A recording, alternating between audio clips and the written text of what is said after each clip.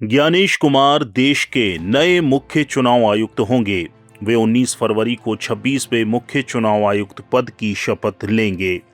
प्रधानमंत्री नरेंद्र मोदी की अध्यक्षता वाली 3 सदस्यीय चयन समिति ने सोमवार शाम को ज्ञानेश कुमार के नाम की सिफारिश की, जिस पर राष्ट्रपति द्रौपदी मुर्मू ने मोहर लगाई। हालांकि कांग्रेस को न सिर्फ उनके नाम पर ऐतराज है, बल्कि उनकी नियुक्ति पर भी सवाल उठाए हैं। इसके पीछे की क्या है वजह, देखिए। मुख्य निर्वाचन आयुक्त की नियुक्ति के लिए 3 सदस्यीय समिति की बैठक हुई थी। इसमें प्रधानमंत्री नरेंद्र मोदी, केंद्रीय गृह मंत्री अमित शाह और लोकसभा में नेता प्रतिपक्ष राहुल गांधी थे। कांग्रेस प्रवक्ता के मिश्रा ने सोशल मीडिया पर लिखा, क्या नए मुख्य चुनाव आयुक्त श्री ज्ञानेश कुमार की नियुक्ति राष्ट्र के लोकतांत्रिक मूल्यों की संवैधानिक विश्वसनीयता की कसौटी पर खरी साबित होगी। उन्होंने लिखा, सीईसी के नाम का चयन करने वाली समिति से मान्य परंपराओं से तर देश की शीर्ष अदालत के माननीय मुख्य न्यायाधीश को बाहर करने के नेपथ्य में केंद्र सरकार की कौन सी ईमानदार मंशा छुपी हुई है।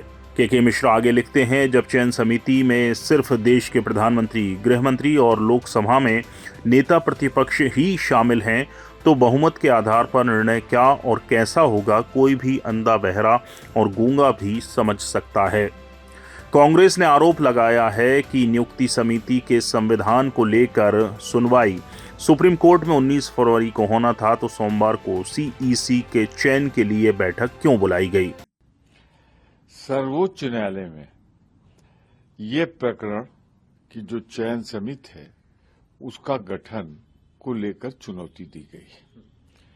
मामला सुप्रीम कोर्ट ने स्वीकार भी कर लिया है सुनवाई के लिए। ऐसे में क्या जल्दी थी कि आपने वही जो चुनौती दी गई, जिसको जो विवादित है समिति, जिसमें आपने चीफ जस्टिस ऑफ इंडिया को हटाया है या उनके नॉमिनी को, उसमें आपने नियुक्ति कर दी।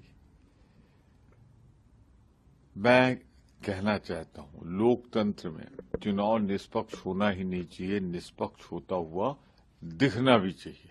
आपने उस संस्था के प्रमुख को विवादित कर दिया, सुप्रीम कोर्ट की प्रतीक्षा नहीं की।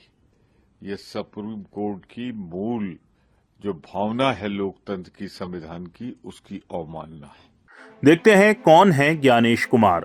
केरल कैडर के 1988 बैच के आईएएस अधिकारी केंद्रीय गृह मंत्रालय का हिस्सा थे। उन्होंने 2019 में जम्मू कश्मीर के अनुच्छेद 370 को खत्म करने वाले विधेयक का मसौदा तैयार करने में मदद की थी। उन्होंने 3 तलाक को खत्म करने से जुड़ी मसौदा समिति में भी अहम भूमिका निभाई है।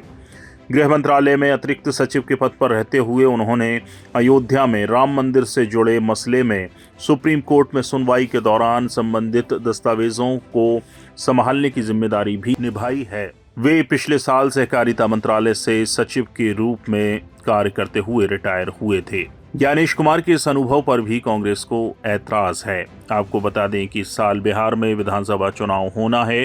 वहीं 2026 में पश्चिम बंगाल, केरल, तमिलनाडु, असम जैसे राज्यों में विधानसभा चुनाव होने वाले हैं। मुख्य चुनाव आयुक्त के रूप में वो इन चुनावों के प्रभारी होंगे। चुनाव आयुक्त के रूप में उनका कार्यकाल 26 जनवरी 2029 तक का है। ब्यूरो रिपोर्ट, चौथा खंबा।